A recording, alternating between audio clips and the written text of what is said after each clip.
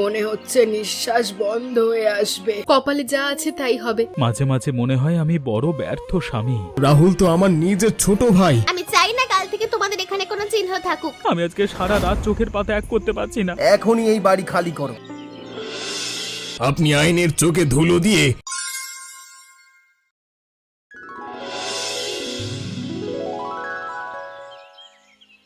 মা, আপনি ভর দুপুরে আগুনের মতো তপ্ত রোদে এভাবে উঠানে বসে আছেন কেন? দেখুন, আপনার সারা শরীর ঘামে ভিজে গেছে, মুখটা রোদে একেবারে লাল হয়ে গেছে। আপনার কি শরীরটা খুব বেশি খারাপ লাগছে মা? একটু জল খেয়ে নিন।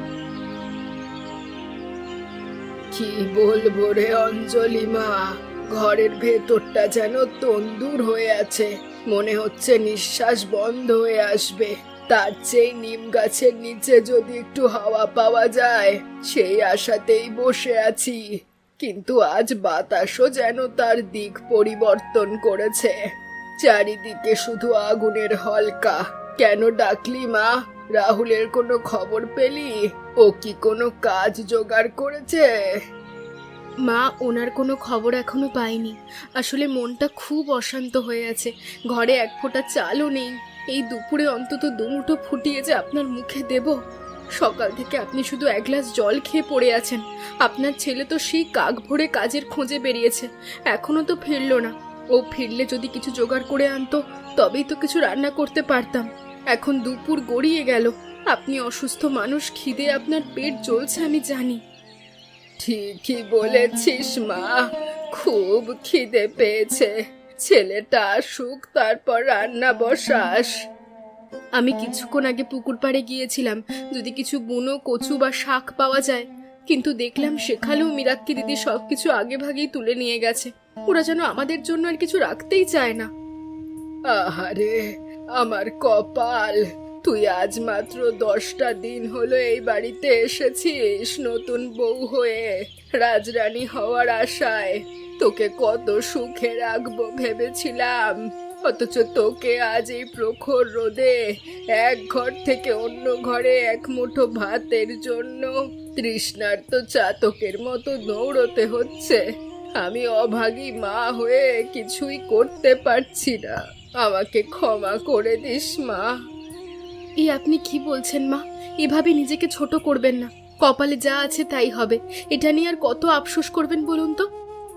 বিক্রম এত বড় লোক হলো, অত বড় বাড়ি বানালো, কিন্তু ওর জন্মদাত্রী মা আর ছোট ভাইয়ের কথা একবারও ভাবলো না। সৃষ্টিকর্তা কি আমাদের দিকে মুখ তুলে চাইবেন না অঞ্জলি? আমাদের কি এভাবেই মরতে হবে? মা, আপনি এভাবে ভেঙে পড়বেন না। পেটের খিদে তো আর বড় লোক বা গরিব লোক মানে না। রাহুল আজ অনেক চেষ্টা করছে, ও নিশ্চয়ই কোনো একটা কাজ জোগাড় করবে। আর মীনাক্ষী দিদি বা বিক্রম দাদা কি করলো না করলো তা ভেবে কোনো লাভ নেই। লোকে অনেক কিছু বলবে মা, কিন্তু কেউ আমাদের মুখে অন্ন তুলে দেবে না। আমাদের এই কষ্টের যুদ্ধ আমাদেরকেই লড়তে হবে। আপনি একটু জল খান মা, আমি দেখি রাবেয়াদের বাড়িতে গিয়ে যদি 1 পোয়া চাল ধার করে আনি। আমি আসছি মা।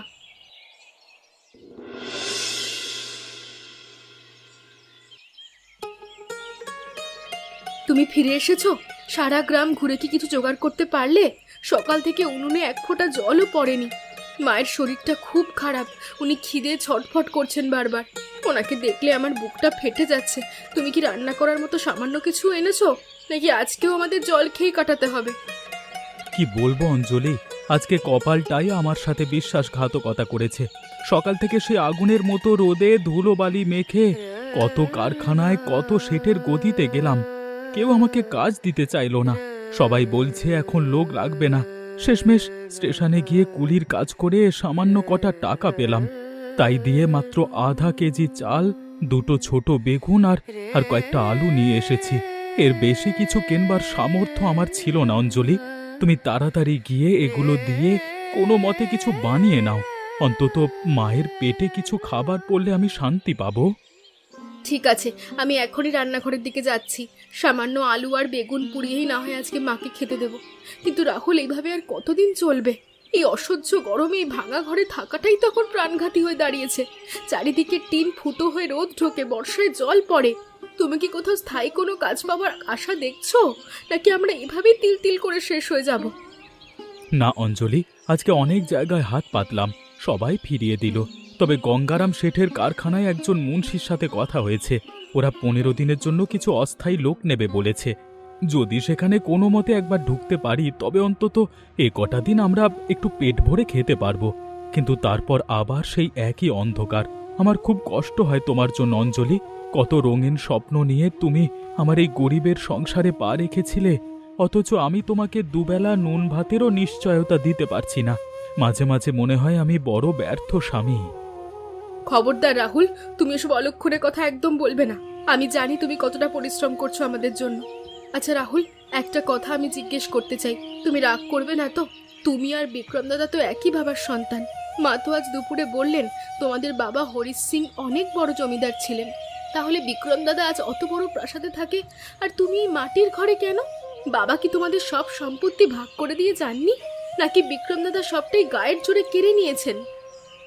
বাবা আমাদের দুজনকে খুব ভালোবাসতেন অঞ্জলি, কিন্তু বিক্রম বারবারই খুব চতুর আর ধূর্ত ছিল।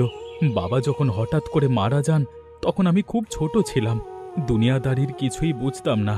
বিক্রম সেই সুযোগে বাবার সই জাল করে সব দলিলপত্র নিজের নামে লিখে নিয়েছে। মা তখন শোকে পাগল প্রায় ছিলেন। বিক্রম কি করছে না করছে সেসব দেখবার মতো মানসিক অবস্থা ওনার ছিল না। আর এখন তো বিক্রমের অনেক ক্ষমতা, অনেক টাকা। ওর বিরুদ্ধে মুখ খোলবার সাহস এই গ্রামের কারোর নেই। আমি তাই সব সৃষ্টিকর্তার বিচারের উপর ছেড়ে দিয়েছি অঞ্জলি। ও আচ্ছা, এবার সব বুঝতে পেরেছি। অনেক অন্যায় হয়েছে। আচ্ছা আমি যাই, রান্নাটা বসাই। বিক্রম, আমি তোমাকে কতবার বলবো যে এই রাহুল আর ওই অলক্ষণে বুড়িমা যেখানে পড়ে আছে ওই জমিও আমাদের পূর্ণ দখল করে নিতে হবে। তুমি কি আমার কথা এক কান দিয়ে ঢুকিয়ে অন্য কান দিয়ে বের করে দিচ্ছ? আমি চাই না আমাদের বিপুল সম্পত্তির 1 ইঞ্চিও ওই জমিকে ভোগ করুক। ওরা ওখানে জবরদখল করে বসে আছে। গ্রামের মানুষ ভাবছে ওদের থাকতে দিয়েছি আমরা, কিন্তু আমি চাই ওই জমিটা আবার কাজে লাগাতে। আরে মীনাক্ষী, তুমি কেন সবসময় এত উত্তেজিত হয়ে থাকো? রাহুল তো আমার নিজের ছোট ভাই, আর মা তো এখনো জীবিত আছেন। এমনিতেই সব বড় চাষের জমি, ফলের বাগান আর আমাদের বাবার ব্যবসা আমি আমার বুদ্ধি বলে নিজের নামে করে নিয়েছি। এখন ওই সামান্য ভাঙা কুড়ে ঘর নিয়ে কি হবে? আমাদের তো এখন অগাধ সম্পত্তি। ছোট ভাইটাকে অন্তত মাথার উপর একটু ছাদ রাখতে দাও। তুমি কি বোকা বিক্রম, নাকি উদার হওয়ার ভান করছো? ওই কুড়ে ঘরটার ঠিক পেছনে যে পুরনো কাঁঠাল বাগানটা আছে সেটা কত মূল্যবান জায়গা তুমি জানো? ওখানে আমি একটা বিশাল বাগান বাড়ি বানাতে চাই। আর রাহুল কিভাবে প্রশ্রয় দিলে ও কোনোদিন বুদ্ধির জোরে আমাদের জালিয়াতির বিরুদ্ধে আদালতে মামলা ঠুকে দেবে। তার আগেই ওদের ওখান থেকে সমূলে তাড়াতে হবে। তুমি যদি কাপুরুষের মতো চুপ করে থাকো তবে আমিই ব্যবস্থা করব। উফ, তুমি যা ভালো মনে করো তাই করো মীনাক্ষী। আমি এসব তুচ্ছ বিষয় নিয়ে মাথা ঘামাতে পারবো না। আজ আমাকে শহরে যেতে হবে একটা অনেক বড় ব্যবসায়ী মিটিংয়ে। তুমি ওদের সাথে যা খুশি তাই করো, শুধু খেয়াল রেখো আমার নাম যেন সরাসরি কোথাও না আসে। আমি সমাজে নিজের সম্মান নষ্ট করতে চাই না। নাম আসার ভয় তোমাকে পেতে হবে না। আমি জানি কিভাবে সাপও মরবে আর লাঠিও ভাঙবে না। আমি আজ দুপুরবেলা ওখানে যাবো আর ওদেরকে এমন হুঙ্কার দিয়ে আসবো যে ওরা পালাবার পথ পাবে না। দেখবো কার কত ক্ষমতা।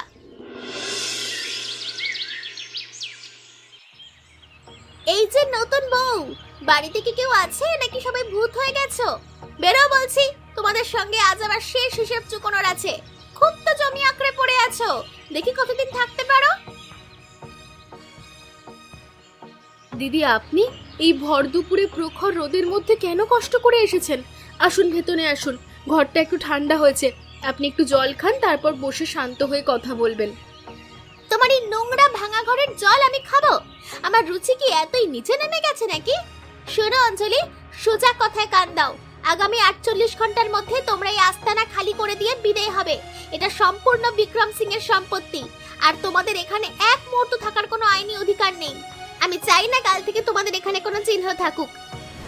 দিদি, আপনি কি বলছেন? এটা আমাদের পৈতৃক ভিটে। রাহুল আর মা এখানে জন্ম থেকে আছেন। রাহুল এই ভিটের ছোট্ট উত্তরাধিকারী। আপনি এভাবে আমাদের হুট করে চলে যেতে বলতে পারেন না। বাইরে যে প্রচন্ড দাবদাহ চলছে, এই অবস্থায় আমরা এই বৃদ্ধা মাকে নিয়ে কোথায় কি দাঁড়াবো? একটু তো মানবিক হন দিদি। তোমরা কোথায় যাবে না যাবে, নরকে গিয়ে মরবে, আমার দেখার বিষয় না। রাস্তায় ঘুমাও কি স্টেশনে গিয়ে ভিক্ষা করো, তাতে আমার কিচ্ছু যায় আসে না। দলিল দস্তাবেজ সব আমার স্বামী বিক্রম সিং এর নামে। তোমরা এখানে জবরদখলকারী হয়ে আছো। তোমরা যদি স্বেচ্ছায় দুদিনের মধ্যে না যাও তবে আমি পুলিশ নিয়ে এসে তোমাদেরকে ঘাট ধাক্কা দিয়ে এখান থেকে বের করে দেব, মনে থাকে যেন। মীনাক্ষী, তুই এখানে কেন এসেছিস? তুই আমার বড় বউ হয়ে নিজের শাশুড়িকে ঘর ছাড়া করতে চাস? বিক্রম কোথায়? ও কি জানে তুই এসে আমাকে আর রাহুলকে অপমান করছিস? তোর কি একটুও মায়া নেই? বিক্রম সব জানে বুড়িমা, ওই আমাকে পাঠিয়েছে তোমাদের এই শেষ বার্তা দিতে। এই বুড়ো বয়সে অনেক নীতি কথা শুনিয়েছো, এখন একটু মুখটা বন্ধ রাখো, রাস্তায় গিয়ে বসো, সেখানে অনেক তোমার মতো ওরকম জ্ঞান দেওয়ার লোক পাবে। আমাদের জমিটা ছাড়া বলছি, নইলে কিন্তু খুব খারাপ হবে। দিদি, আপনি মাকে অপমান করার সীমা ছাড়িয়ে যাচ্ছেন। যদি আইনগতভাবে প্রমাণ করতে পারেন যে এই ভিটেমাটি শুধু আপনাদের, তবে আমরা নিশ্চয়ই চলে যাব, কিন্তু যতক্ষণ প্রমাণ নেই ততক্ষণ আপনি আমাদের এভাবে হুমকি দিতে পারেন না। এখান থেকে এক্ষুনি চলে যান। প্রমাণ?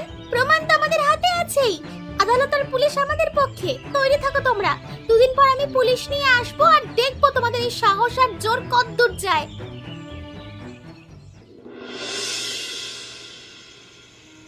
অঞ্জলি, মীনাক্ষী বৌদি যা বলেছে তা খুব ভয়ের বিষয়। ও আর বিক্রম দাদা মিলে নিশ্চয়ই কোনো ষড়যন্ত্র করছে। বিক্রমের টাকা আছে, পুলিশ আর উকিল সবাইকে হাত করে নেবে। আমি আজকে সারা রাত চোখের পাতা এক করতে পারছি না। এই অসহ্য গরমে মাকে নিয়ে কোথায় যাব আমি? হয়তো আমাদের রাস্তার ধারের গাছতলাতেই বসতে হবে, সেটাই হবে আমাদের শেষ ঠিকানা। রাহুল, তুমি হঠাৎ করে ভেঙে পড়ছো কেন? সত্য আর ন্যায় সবসময় আমাদের সাথে আছে। মীনাক্ষী দিদি অনেক বড় বড় কথা বলেছেন ঠিকই, কিন্তু ওনার চোখে আমি আজ একটা চোরা ভয় দেখতে পেয়েছি। ওরা আসলে আমাদের ভয় দেখিয়ে দাঁড়াতে চায়।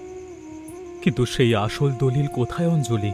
বিক্রম হয়তো সব দলিল অনেক আগেই পুড়িয়ে ফেলেছে, বা এমন কোথাও লুকিয়ে রেখেছে যা আমরা কোনো দিন খুঁজে পাবো না।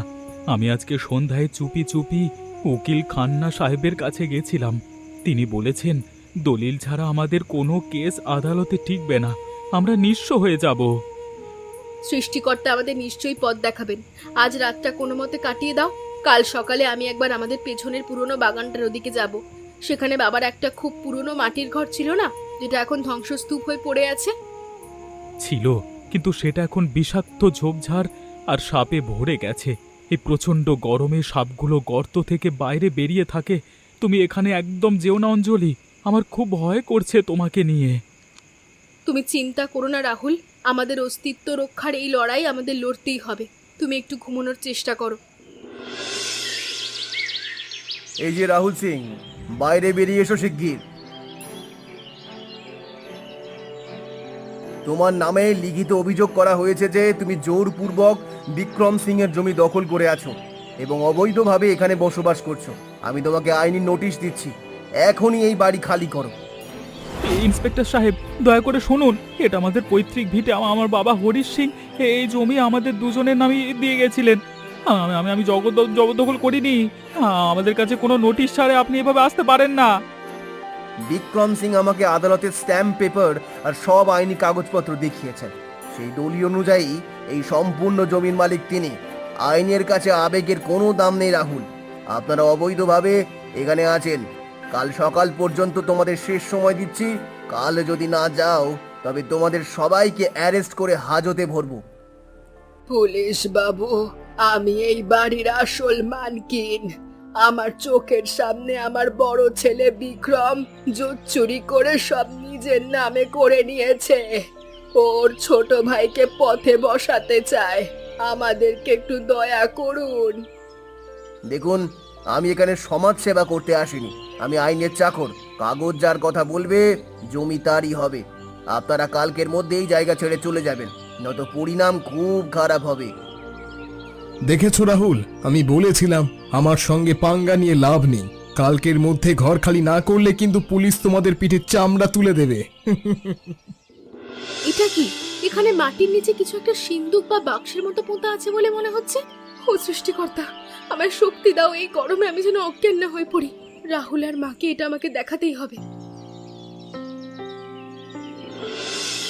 ও সৃষ্টিকর্তা, এটা তো একটা ছোট্ট সিন্দুক। দেখি এর ভিতরে কি আছে। নিশ্চয়ই বাবা এখানে কিছু একটা গুরুত্বপূর্ণ জিনিস রেখেছিলেন যা বিক্রম সিং এর হাত থেকে বাঁচাতে চেয়েছিলেন। পেয়েছি সৃষ্টিকর্তা, তুমি মুখ তুলে চেয়েছো। এটাই তো সেই আসল দলিল। বিক্রম সিং এর সব জালিয়াতি আর মীনাক্ষী দিদির সব চক্রান্ত এখনই এক টুকরো কাগজে ধরা পড়বে। আমাকে এখনই রাহুল আর উকিল খান্না সাহেবের কাছে দৌড়তে হবে। আজ সব ফয়সালা হবে। বিক্রম সিং, আপনি ভেবেছিলেন আপনি খুব বড় বুদ্ধিমান। আপনি আইনের চোখে ধুলো দিয়ে নিজের ভাইকে ঠকাবেন, আর কেউ তা জানতেও পারবে না। কিন্তু আইনের হাত আপনার কল্পনার চেয়েও অনেক বিশাল লম্বা। এই দেখুন আসল সিন্দুক থেকে পাওয়া দলিল। আপনার বাবা হরিশ সিং রাহুল সিং এর নামে পরিষ্কারভাবে অর্ধেক সম্পত্তি লিখে দিয়ে গেছেন। আপনি এতদিন যে দলিল ব্যবহার করেছেন তা সম্পূর্ণ জাল এবং বানোয়াট। বিক্রম সিং, আপনার বিরুদ্ধে এখন জালিয়াতি, প্রতারণা এবং ভাইকে গৃহহীন করার গুরুতর অপরাধে মামলা দায়ের করা হচ্ছে। জেনে শুনে আইনি কাগজপত্র জাল করার জন্য আপনাকে এবং আপনার স্ত্রীকে এখনই হাজতে যেতে হতে পারে। আপনাদের সব সম্পত্তি এখন বাজেয়াপ্ত হওয়ার মুখে। ইন্সপেক্টর সাহেব, আমাকে ক্ষমা করুন। আমি এই শয়তান মীনাক্ষীর কুবুদ্ধিতে পড়ে এই জঘন্য কাজ করেছি। আমি লোভের বশবর্তী হয়ে নিজের ভাই আর মাকে কষ্ট দিয়েছি। রাহুল, রাহুল ভাই, আমাকে বাঁচা, বাঁচা আমায়। আমি সব সম্পত্তি তোকে এমনি ফিরিয়ে দেব। আমি ভুল করেছি আমি। রাহুল ভাই, অঞ্জলি বোন, আমাদেরকে মাফ করে দাও। আমরা অহংকারে অন্ধ হয়ে গিয়েছিলাম। আমাদেরকে জেলে নেবেন না, আমাদের সম্মান ধুলায় মিশিয়ে দেবেন না। আমরা সব বাগান আর বাড়ি তোমাদের নামে লিখে দিচ্ছি। এখন মাফ চেয়ে আর কোনো লাভ হবে না মীনাক্ষী দেবী। রাহুল যদি আজ পুলিশের কাছে লিখিত অভিযোগ করে তবে আপনাদের কঠোর থেকে কঠোরতম শাস্তি হবে। বড় ভাই, সম্পত্তি আর টাকা টাকা তো আসে আর যায়, কিন্তু আমরা তো একই মায়ের গর্ভজাত সন্তান। এই সামান্য মাটির দলা নিয়ে কেন আমরা নিজেদের মধ্যে বিষাক্ত শত্রুতা তৈরি করেছিলাম? তুমি আমাদের সাথে থাকবে না বড় ভাই? এই মার সেবা করবে না? রাহুল, আমার তোর কাছে এবং মার কাছে মুখ দেখানোর যোগ্য নেই রে ভাই। তুই আমাকে ক্ষমা করে দিলি, এটাই আমার কাছে অনেক বড় পাওনা। আমি এতদিন যে পাপ করেছি তার প্রায়শ্চিত্ত আমি সারা জীবন তোদের সেবা করে কাটাতে চাই। আমরা এখন থেকে সব একসাথে সামলাবো। মা, তুমি আমায় কুলাঙ্গার ছেলে বলে ত্যাগ করবে না তো? মা কখনো নিজের সন্তানের ওপর অনন্তকাল রাগ করে থাকতে পারে না বিক্রম। তুই আজ নিজের ভুল বুঝেছিস, এটাই আমার জন্য সবচেয়ে বড় শান্তি। আমার দুই ছেলে আজ আবার এক হয়েছে। এই বুড়ো বয়সে এর চেয়ে বড় সুখ আর কি হতে পারে? দেখুন মা, জীবনে ঝড় আসবে, প্রচন্ড গরম আসবে, আবার শীতও আসবে, কিন্তু আমরা যদি এই পরিবারের সবাই একজোট হয়ে থাকি তবে পৃথিবীর কোনো দুঃখই আমাদেরকে স্পর্শ করতে পারবে না। আমাদের এই ভাঙা ঘর আজ ভালোবাসার জোরে এক অজেয় প্রাসাদে পরিণত হয়েছে। আচ্ছা বলো তো বন্ধুরা, মীনাক্ষী রাহুলদের সেই ভাঙা কুড়ে ঘর নিতে চাইছিল কেন? এমনই মজার মজার ভিডিও দেখতে চাইলে আমাদের চ্যানেলটাকে এক্ষুনি সাবস্ক্রাইব করুন।